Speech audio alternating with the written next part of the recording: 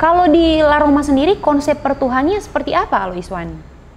Jadi kalau di La Roma atau sebenarnya di penghayat tradisi Minahasa atau Malesung, ada beberapa nama yang diberikan sebagai sapaan kepada pencipta atau yang berkuasa atau yang maha kuasa. Kalau di La Roma, karena ada di wilayah Tontembuan, kami menyebut Tuhan yang Maha Esa itu dengan istilah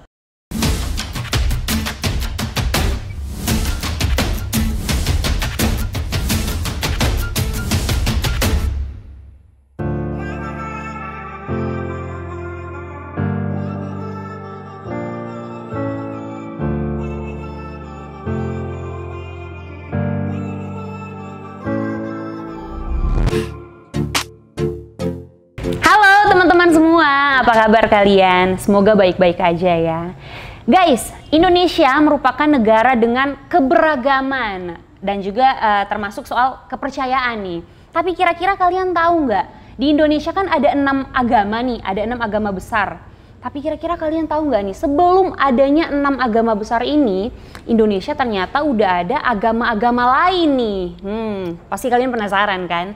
Dan teman-teman, di Torang Pecerita kali ini, Rachel bakalan bahas soal ini bersama dengan Bapak Iswan Sual sebagai Ketua Umum Lalang Rondor Malesung atau La Roma yang lebih senang disapa dengan Alo Iswan. Ya. Halo. Tabiasi Giwangko Rahayu, Alo. Tabiasi Giwangko Rahayu. Apa kabar, Alo?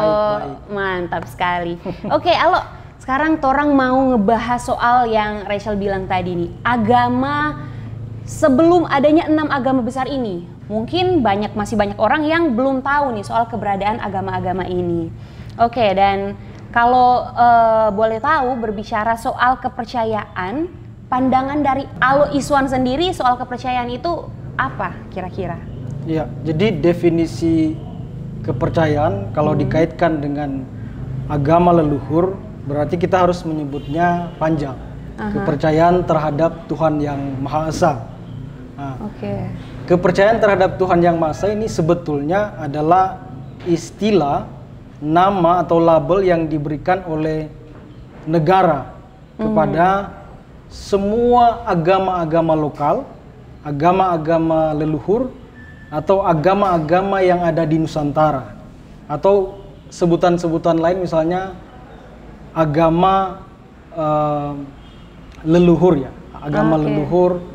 Nah, itu sebutan yang diberikan oleh negara, tapi juga memang kesepakatan dari para penganut atau penghayat agama-agama lokal itu sendiri. Karena kan untuk memilih satu nama itu agak sulit. Jadi mereka menerima kita pakai satu nama saja. Kepercayaan terhadap Tuhan yang Maha Esa. Oke. Kalau untuk ke sejumlah kepercayaan ini dinaungi oleh organisasi atau gimana? Iya, jadi di Indonesia ada wadah nasional, namanya Majelis Luhur Kepercayaan Terhadap Tuhan yang Maha Esa Indonesia. Atau disingkat MLKI. Nah, wadah ini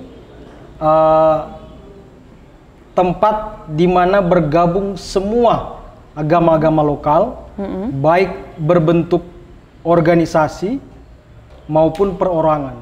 Jadi sebetulnya MLKI ini juga terdiri dari organisasi-organisasi agama atau kepercayaan lokal. Kalau boleh tahu ini La Roma itu artinya apa sebenarnya, Alo? Ya, La Roma itu kan singkatan, itu kan akronim dari Lalang Rondor Malesung. Nah, ini sebetulnya nama dari organisasi atau komunitas kami, tapi memang dalam bahasa Tontembuan. Jadi Lalang Rondor Malesung artinya jalan lurus atau jalan yang benar.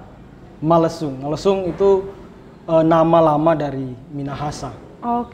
Dan dengar-dengar ternyata La Roma ini diatur dalam Kementerian Budaya ya? Iya. Kenapa tuh kira-kira begitu? Kenapa bukan diatur dalam Kementerian Agama?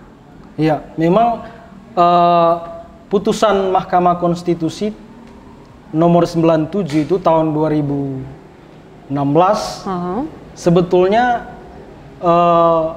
karena digugat oleh para penghayat karena ada ketidakadilan yang berlaku di Indonesia.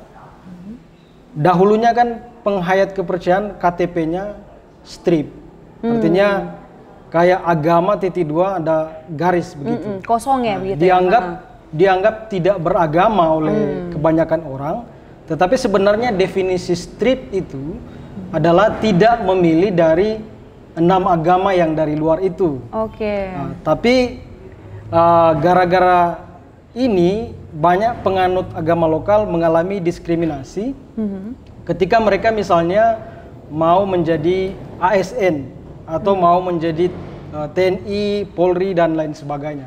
Bahkan untuk membuka rekening di bank saja sulit karena dianggap tidak beragama. Maka setelah digugat oleh kalau saya tidak salah ada 3 orang penghayat, maka Mahkamah Konstitusi mengabulkan dan mengiyahkan agar di KTP itu tertera agama .2 kepercayaan terhadap Tuhan Yang Maha Esa.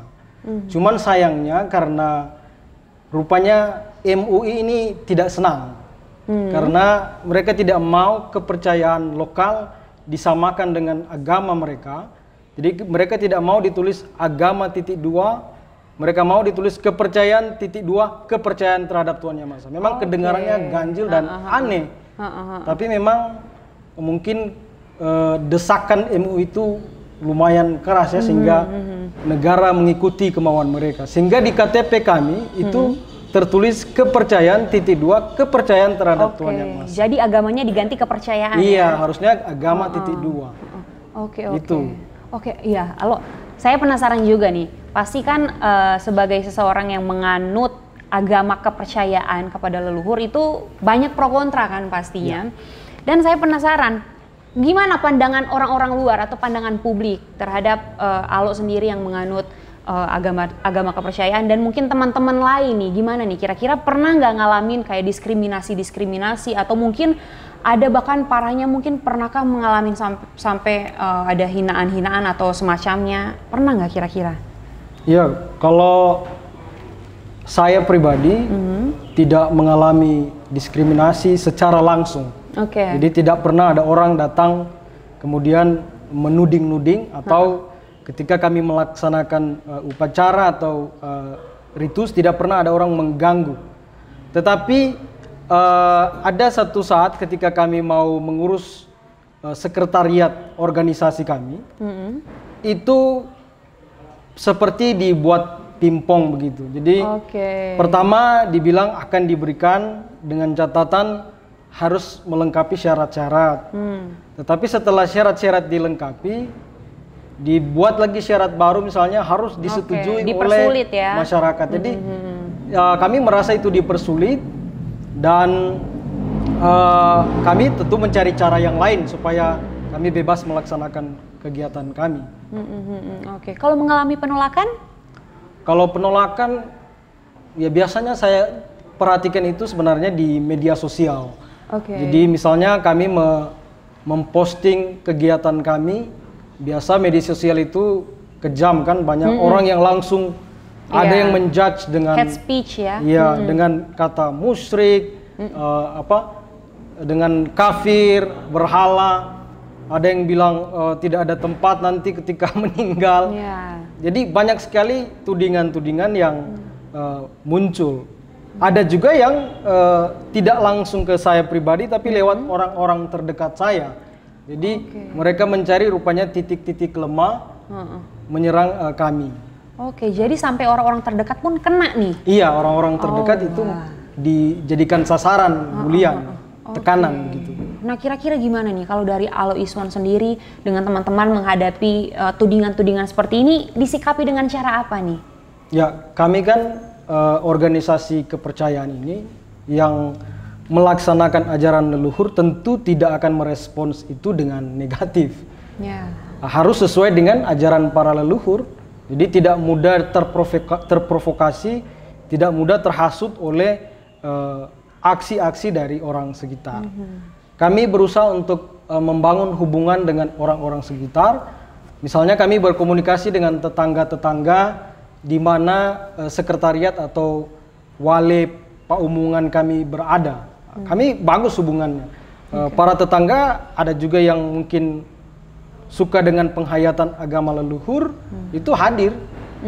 Kemudian kami juga berusaha membangun komunikasi dengan komunitas, baik komunitas berbasis agama atau kepercayaan, atau komunitas yang misalnya lingkungan sosial. Itu kami bangun dan melakukan kegiatan-kegiatan positif bersama. Ada juga yang misalnya saya kebetulan terlibat di forum lintas iman Sulawesi Utara, dan oleh teman-teman dari agama lain ditunjuk sebagai koordinator justru. Jadi di situ di forum lintas iman Sulawesi Utara ada dari Bahai, agama Bahai, ada juga dari Yahudi, karena di Sulawesi Utara ada Yahudi. Kemudian ada Ahmadiyah, ada Syiah, kemudian ada agama Kristen yang kurang dikenal, misalnya Kristen Ortodoks dan Kristen Anglikan. Jadi sebetulnya kami juga berusaha untuk membangun dengan yang lain-lainnya yang sudah tergabung di FKUB, Forum Kerjasama Umat Beragama itu. Tapi ya masih perlu proses mungkin, sehingga kami membentuk satu forum yang khusus kami yang mikro minoritas yang masih kurang mendapatkan tempat. Tapi suatu saat kami bercita-cita ketika kami diakomodasi dalam FKUB, seperti di daerah-daerah lain kan sudah diakomodasi sebenarnya. Kepercayaan misalnya di Jawa itu sudah masuk dalam FKUB, tapi di Sulut belum. Tapi suatu saat kalau diakomodasi, itu kami akan otomatis membubarkan yang FLI ini. Karena sama kan fungsinya. Iya. Terus saya penasaran satu lagi nih, Alo Iswan. Kira-kira untuk sekarang masih mengalami diskriminasi itu enggak? Misalnya tadi kan saya dengar bahkan sampai orang-orang terdekat pun dicoel-coel nih. Masih ngalamin sampai sekarang atau pas awal-awal nih Alo Iswan mungkin nunjukin eksistensi Alo sebagai penganut agama leluhur, atau sampai sekarang masih merasakan hal tersebut? Sebetulnya respons dari masyarakat itu belum ada perubahan, tapi tidak terjadi hari-hari. Ini sebenarnya akibat dari pemerintah kita kan masih gamang, masih ragu dengan identitas mereka sendiri kan, yang agama dari dalam. Kenapa saya sebut gamang? Karena pengaturan saja, jadi agama lokal ini saja diatur dalam Kementerian Pendidikan, Kebudayaan, dan Ristek. Itu kan aneh, sesuatu yang berhubungan dengan kepercayaan terhadap Tuhan Yang Maha Esa, di sila pertama Pancasila, aturan diatur di kementerian yang bukan Kementerian Agama. Itu selama pemerintah masih gamang dengan kami sebagai penganut agama-agama asli, masyarakat juga akan agak pandang enteng deh istilah sekarang, agak memandang sebelah mata, karena mereka berpikir budaya kan itu lebih rendah dari agama. Ada orang berpikir begitu, sehingga ketika dimasukkan dalam Kementerian Agama akan dianggap kurang kudus lah, atau kurang suci lah, atau kurang sakral gitu. Budaya kan diidentikan sebagai seni saja, untuk pementasan, untuk pertunjukan. Pikirannya masih begitu, akan ada masyarakat yang tetap akan berlaku seperti itu kepada kami. Sedangkan yang sudah saja masuk dalam Kementerian Agama, yang minoritas tetap saja mengalami diskriminasi, apalagi kami, begitu. Saya pikir seperti itu. Terus satu lagi yang saya penasaran, kira-kira saat mengalami diskriminasi itu orang-orang terdekat Alo Iswan gimana nih? Apakah pernah mungkin mungkin ada sempat omongan-omongan keluar kayak coba kok ngana beginilah begitulah, pernah nggak kira-kira begitu? Atau gimana? Atau keluarga support nih? Oh, kalau saya pribadi, maksudnya keluarga saya mendukung. Maksudnya terus terang saya itu penghayat kepercayaan, tapi orang tua saya masih dengan agama dari luar. Saya tidak mau menyebutkan agamanya apa, tapi saya berbeda, agama saya berbeda dengan orang tua saya. Tetapi saya beruntung karena orang tua saya itu toleransinya tinggi sekali. Mereka membantu dalam proses ritual, bahkan menyediakan tempat untuk pelaksanaan ritual bulanan kami. Mendukung 100%. Kalau ada tudingan-tudingan kepada orang terdekat, biasanya mereka lebih diam. Tidak mau berdebat, kecuali mungkin kalau sudah tidak tahan, mereka akan mengeluarkan kata-kata yang agak menantang. Tapi kami karena sudah terhimpun dalam satu organisasi yang modern ya, walaupun kami menganut kepercayaan leluhur yang dari lampau diwariskan, tapi kami mengorganisir diri dalam organisasi modern, sehingga kami membekali anggota-anggota dengan pengetahuan tentang misalnya aturan hukum yang menjamin hak-hak sipil, hak-haknya sebagai penghayat kepercayaan. Kemudian dibekali juga dengan kemampuan manajemen organisasi, sehingga mereka juga bisa melawan dalam tanda kutip serangan-serangan yang membabi buta, atau mereka bisa mengadvokasi diri lah untuk mengamankan hak-haknya sebagai penghayat kepercayaan. Jadi seperti sudah saya sebutkan tadi, semua agama-agama lokal atau agama-agama leluhur asli Nusantara itu tergabung dalam wadah nasional namanya Majelis Luhur Kepercayaan Terhadap Tuhan Yang Maha Esa Indonesia, atau biasa disingkat MLKI. Dia dari jenjang pusat sampai dengan kabupaten sebenarnya. Jadi nasional, provinsi, kemudian kabupaten. Ada pengurus-pengurusnya. Organisasi ini dipimpin secara kolektif kolegial. Jadi ada banyak pemimpin. Jadi kalau di tingkat pusat itu 7 orang pemimpin, mereka bergantian setiap tahun. Kemudian kalau di daerah itu ada 5, di provinsi dan kabupaten itu 5, bergantian. Karena yang menjadi anggota dalam MLK itu kan organisasi. Jadi pimpinan-pimpinan di organisasi itu mengutus orang juga untuk menjadi pimpinan di MLKI. Itu untuk menghindari supaya tidak ada satu yang muncul sebagai pemimpin tunggal. Sebenarnya kehadiran MLKI ini adalah untuk pertama dia menjaga kemurnian ajaran, supaya dia betul-betul ajaran tentang ketuhanan yang Maha Esa, untuk menghindari komunitas-komunitas yang mengklaim diri sebagai penghayat tapi sebenarnya tidak mengajarkan tentang ketuhanan. Kemudian kebetulan saya juga di Provinsi Sulawesi Utara sebagai Sekretaris MLKI, DMW, Dewan Musyawarah Wilayah. Kami juga sudah membangun hubungan sebenarnya dengan Dinas Kebudayaan Sulut, kemudian dengan Kesbang Polda Sulut. Jadi sebenarnya sudah diketahui oleh pemerintah daerah lewat 2 badan itu, 2 dinas itu. Khusus di Sulut ada 5 organisasi yang bergabung dengan MLKI. Jadi ada yang dari adat Musi dari Talaut, kemudian ada Masade dari Sangihe, dan di Tanah Minahasa sendiri ada Lalang Rondor Malesung atau Laroma, kemudian ada Mek, ada Warani Waha, dan organisasi-organisasi lain yang sudah bersama-sama berkegiatan tapi belum memasukkan berkas-berkas.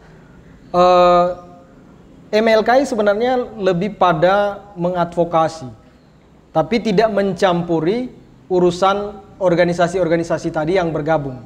Jadi dia tidak mencampuri ajarannya, tidak mencampuri struktur dan hal-hal yang sudah diatur oleh organisasi masing-masing. Yang dikerjakan oleh MLKI lebih pada itu. Jadi memurnikan ajaran, kemudian mengadvokasi ketika terjadi persoalan-persoalan yang tidak bisa diselesaikan oleh organisasi masing-masing. Misalnya ketika mengurus KTP atau kartu keluarga di Dukcapil, mengalami hambatan karena misalnya Dukcapil tidak paham tentang ini, MLKI akan memfasilitasi dengan memberikan pemahaman. Atau misalnya terjadi kasus kayak waktu lalu, sempat kami mau advokasi tapi tidak jadi, perusakan tempat atau situs yang sebenarnya situs-situs tertentu dijadikan sebagai tempat ritus, tempat praktik agama-agama leluhur. Itu dirusak oleh kelompok-kelompok dan mengeluarkan kata-kata yang menghina dan melecehkan. Hal-hal seperti itu kami bisa advokasi, kemudian kami bisa laporkan sebenarnya ke MLKI Pusat untuk ya pertama mungkin mediasi. Kalau tidak bisa diselesaikan, kami bisa membawa itu di ranah hukum. Yang lain-lain saya pikir lebih pada menghubungkan ya penghayat dengan pihak-pihak tertentu yang bersinggungan dengan kepercayaan. Barangkali itu. Oke, kalau di La Roma sendiri konsep pertuhannya seperti apa, Aloy Iswan? Jadi kalau di La Roma atau sebenarnya di penghayat tradisi Minahasa atau Malesung, ada beberapa nama yang diberikan sebagai sapaan kepada pencipta atau yang berkuasa atau yang maha kuasa. Kalau di La Roma karena ada di wilayah Tontembuan, kami menyebut Tuhan yang Maha Esa itu dengan istilah Apo Sinimema Intana Wolawa. Atau kadang-kadang juga disebut Apo Kasuruang Wangko. Jadi tergantung situasi kami menyebutnya seperti apa. Kalau kami fokus ke dia sebagai pencipta, ada istilah ini. Kalau dia sebagai pemberi berkat, kami berikan ini. Oh, beda-beda ya? Iya, karena itu sapaan. Dan memang harus dibedakan antara, karena istilah Apo juga kan bisa berarti leluhur. Ada yang di negatif-negatifkan, Apo-apo, opo-opo. Ini perlu dijelaskan. Jadi dalam konsep berpikir orang Tontembuan atau orang Minahasa secara umum, kata Apo atau Opo itu sapaan untuk pertama dia sebetulnya sapaan untuk Tuhan yang Maha Kuasa. Kemudian leluhur itu sebetulnya disebut Pak Apoan, tapi lama-lama disingkat Opo, sama saja dengan Tuhan. Nah, sebenarnya juga orang yang masih hidup bisa disebut Apo atau Opo. Misalnya saya memelihara anjing, orang bilang, oh dia Apo Pak, saya misalnya. Tuan ya? Sebagai mungkin tuan atau istilah seperti itu. Nah, tapi kalau orang memahami konteks, orang bisa tahu sebenarnya kapan dia bermaksud menyebut Tuhan, leluhur atau sebagai tuan gitu. Makanya perlu dilekatkan kata-kata seperti Sinimema Intana Wolawa. Artinya itu Tuhan yang menciptakan alam semesta. Tapi kalau kita menyebut misalnya Apo-apo, nah itu dalam makna sebagai leluhur. Nah, kalau yang lainnya seperti itu. Kenapa kata ini muncul?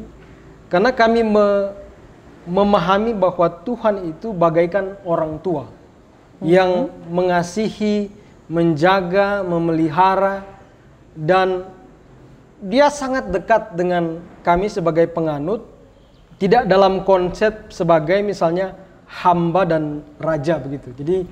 Jadi kami tidak menyebut Tuhan kami dengan sebutan-sebutan yang tidak ada dalam konsep berpikir kami. Nah, itulah sebabnya kami lebih menganggap Tuhan itu sebagai orang tua daripada sebagai Tuhan ya atau Tuan ya. Sehingga banyak orang salah memahami, oh mereka ternyata menyembah leluhur, bukan menyembah Tuhan. Nah, yang lebih parah, mereka memberikan konotasi Apo-apo itu sebagai setan begitu. Ya, Opo-opo. Oke. Kalau untuk ritus di La Roma ini seperti apa ritusnya? Kalau mungkin kan di Kristen orang ada mungkin doa puasa seperti itu ya. Kalau di La Roma sendiri gimana nih? Ya, kalau di agama Malesung atau kepercayaan agama tua, ritual itu sebenarnya didasarkan pada siklus hidup. Jadi mulai dari mengandung, kemudian melahirkan, kemudian dia menikah, kemudian dia meninggal atau mati. Atau ada hubungan dengan membuka kebun, membangun rumah, atau bahkan membangun jalan baru. Semua itu selalu diawali dengan ritus. Ritus yang dalam bahasa kami itu meminta izin. Jadi kami menganggap bahwa segala sesuatu yang ada di dunia ada pemiliknya. Sehingga perlu meminta izin, bukan meminta izin kepada setan atau roh-roh tertentu, tapi kami menganggap Tuhan menugaskan kepada makhluk-makhluk tertentu, dia mempunyai wilayah-wilayah kekuasaan dan dia yang bertanggung jawab dan perlu melakukan ritus meminta izin. Tapi sebenarnya itu ditujukan kepada Tuhan Yang Maha Esa atau Apok Kasuruang Wangko. Kalau boleh tahu itu cara meminta izinnya dengan cara apa? Mungkin memanjatkan doa atau seperti apa? Ya, biasanya cara kita menyembah Tuhan sebenarnya sama dengan kita cara memperlakukan manusia. Jadi kayak kita ada tamu, kita berikan makanan, minuman, kopi, teh dan sebagainya. Kemudian kita lanjut dengan pembicaraan. Pembicaraan. Nah, kita juga memahami hubungan dengan Tuhan seperti itu. Kita memberikan sesuatu dulu sebagai, ya orang bilang itu sesajen, kalau kami menyebut itu sebagai umper atau welet. Nah, bukan untuk dalam pemahaman memberikan makan kepada Tuhan, karena Tuhan kan tidak butuh makan. Tetapi sebagai simbolisasi, kami memperlakukan Tuhan itu dengan hormat, dengan baik. Sedangkan manusia saja atau orang yang cuma datang bertamu tidak kami kenal, kami memperlakukan seperti itu, apalagi Tuhan Yang Maha Kuasa. Kemudian kami berbicara tidak harus menutup mata, kami berbicara dengan seperti bicara kepada orang yang masih hidup, mengutarakan apa yang menjadi keinginan, cita-cita, harapan. Jadi dalam konsep kami tidak akan meminta sebelum kami memberi. Jadi seperti itu. Kalau boleh tahu lagi nih, itu prosesnya dilakukan di mana? Apakah bisa dilakukan di rumah atau mungkin ada tempat-tempat khusus? Ya, tergantung ya. Kalau misalnya saya sebut tadi untuk upacara naik rumah baru ya, di mana rumah akan di itu. Tapi biasanya diawali dengan pergi ke lesak atau lesar, di mana batu, ya boleh dibilang batu penjuru atau batu pertama yang ditanam di kampung itu. Bisa disebut batu Tumani, batu Tumotoa. Karena di situ awal perkampungan, ya kita datang ke situ dulu supaya tradisi untuk mengingat leluhur itu tidak putus. Karena itu kan bangunan baru, jadi kita jangan melupakan yang lama. Atau kalau kita misalnya melakukan ritus rumoyor Sitoyang, kalau di Tonano disebut rumoyor Sioki, untuk pertama kali menurunkan bayi yang baru lahir dari rumah. Ya, itu dilakukan mulai dari rumah, kemudian ke pancuran, kemudian dilanjutkan ke batu Tumotoa atau batu di kampung. Ya, tergantung di mana. Tergantung momennya ya. Mau di rumah juga bisa kalau misalnya kita masih melaksanakan tradisi umper, menghormati leluhur, bisa dilakukan di rumah, baik pribadi atau berkelompok. Kalau kelompok kami biasanya melakukan ritus atau upacara kami sebut masuk Sicoo, itu setiap bulan purnama kami melaksanakan itu. Itu biasanya berkelompok dan cara meletakkan umper atau welet itu hanya boleh waliannya atau pendetanya, panditanya. Walian maksudnya yang mengantar kami sebagai umat Malsung. Beda dengan kami mengumper atau memberikan welet ketika secara pribadi. Itu agak beda. Tapi doa-doanya sebenarnya sama saja dengan doa-doa agama lain, hanya saja itu dilakukan dengan cara orang Minahasa dengan bahasa Tontemboan. I see. Kalau untuk kaidah-kaidahnya ini atau aturan-aturannya, kalau di Laroma sendiri apa nih kira-kira yang boleh dilakukan atau larangan-larangannya, ada nggak begitu? Yang pasti kalau larangan umum ya, tidak boleh membunuh, tidak boleh mencuri, tidak boleh ya bermain serong. Kalau sudah menikah tidak boleh mengambil istri orang lain atau mengambil suami orang lain. Itu umum sebenarnya. Tapi ada hal-hal khusus, misalnya hari-hari tertentu tidak boleh kerja karena harus seperti ini. Atau misalnya hari-hari begini harus melaksanakan misalnya umper. Hari-hari ini jangan. Itu atau ada jam-jam tertentu ketika melakukan pekerjaan dan ada jam-jam tertentu jangan gitu. Itu pembahasannya akan panjang, tidak hanya 1-2 jam. Tapi yang inti ada aturan yang memang sudah warisan dari zaman dulu menurut warisan leluhur. Ada juga aturan yang disepakati bersama. Karena kita kan sudah organisasi ada kesepakatan bersama. Misalnya harus datang tepat waktu, atau itu sudah umum kan. Aturan-aturan yang dibuat aturan-aturan organisasi baru. Tapi kebanyakan itu mengikuti arahan-arahan tradisi. Nah, sesuai tradisi. Alo Iswan, kira-kira kalau untuk agama lokal sendiri di Sulut ada berapa banyak nih? Maksudnya penganutnya? Penganutnya. Iya. Itu memang kalau di komunitas kami mencatat ada kurang lebih 100 lebih orang. Tapi kami tahu komunitas yang masih menghayati ajaran atau agama leluhur itu bukan hanya kami. Misalnya yang tergabung di MLKI tadi yang khusus Minahasa ada 3 organisasi. Tapi ada banyak juga kan yang tidak menggabungkan diri dengan MLKI.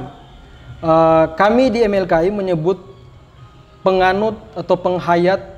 Nah, saya juga bisa membagi ini misalnya yang berKTP penghayat dan tidak berKTP.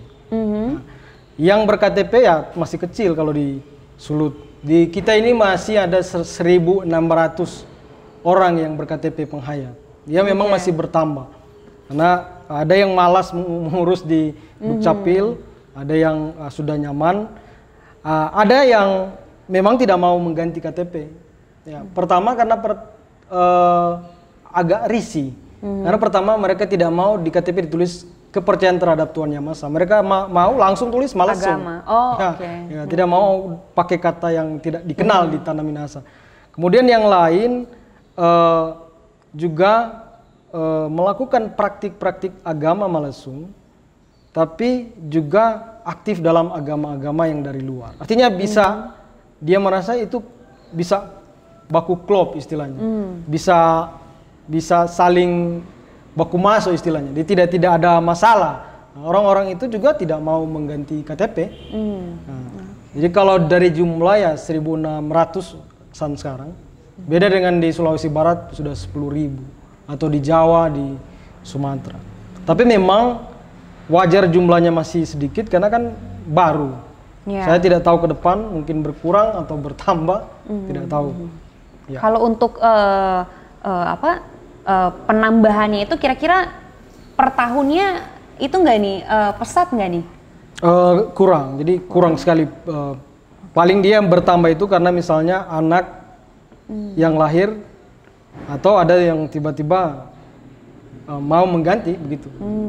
Karena agama lokal, agama termasuk agama Malesung kan bukan agama misi, bukan agama syiar, bukan agama yang ya mengetuk pintu dari pintu ke pintu atau melakukan kegiatan-kegiatan akbar kemudian merekrut orang baru atau tidak. Kami tidak berusaha memalesungkan orang lain karena kami meyakini semua suku, semua bangsa dikaruniai oleh Tuhan dengan sistem kepercayaannya masing-masing.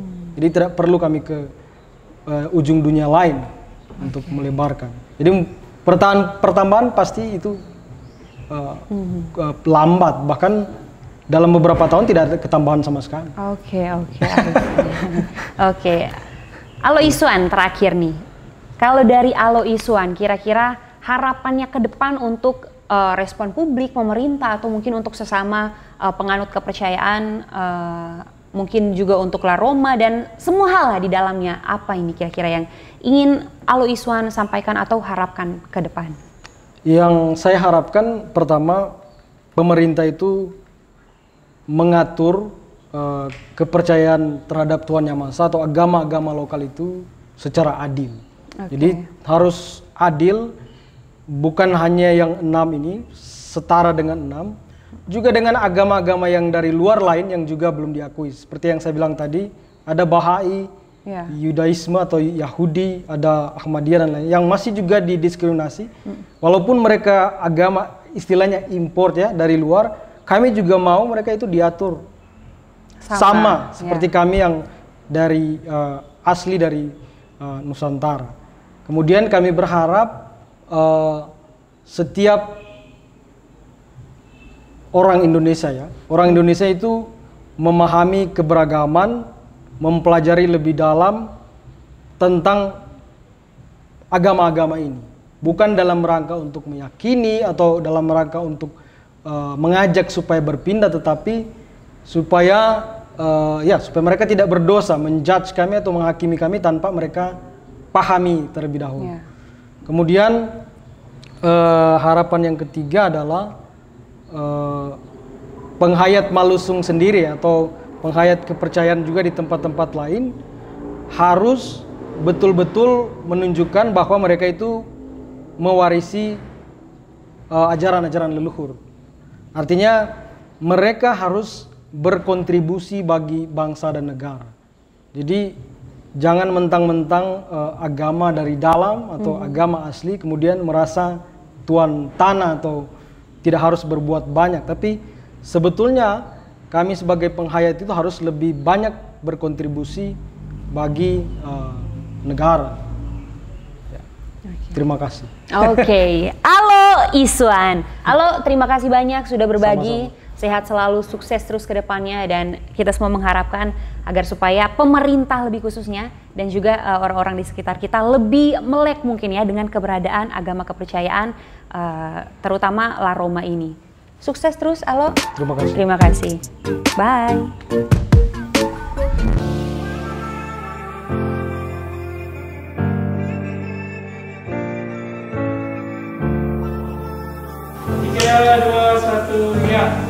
Jadi seperti yang saya katakan tadi, semua agama-agama lokal atau agama-agama leluhur asli Nusantara, dia terhimpun dalam satu wadah nasional.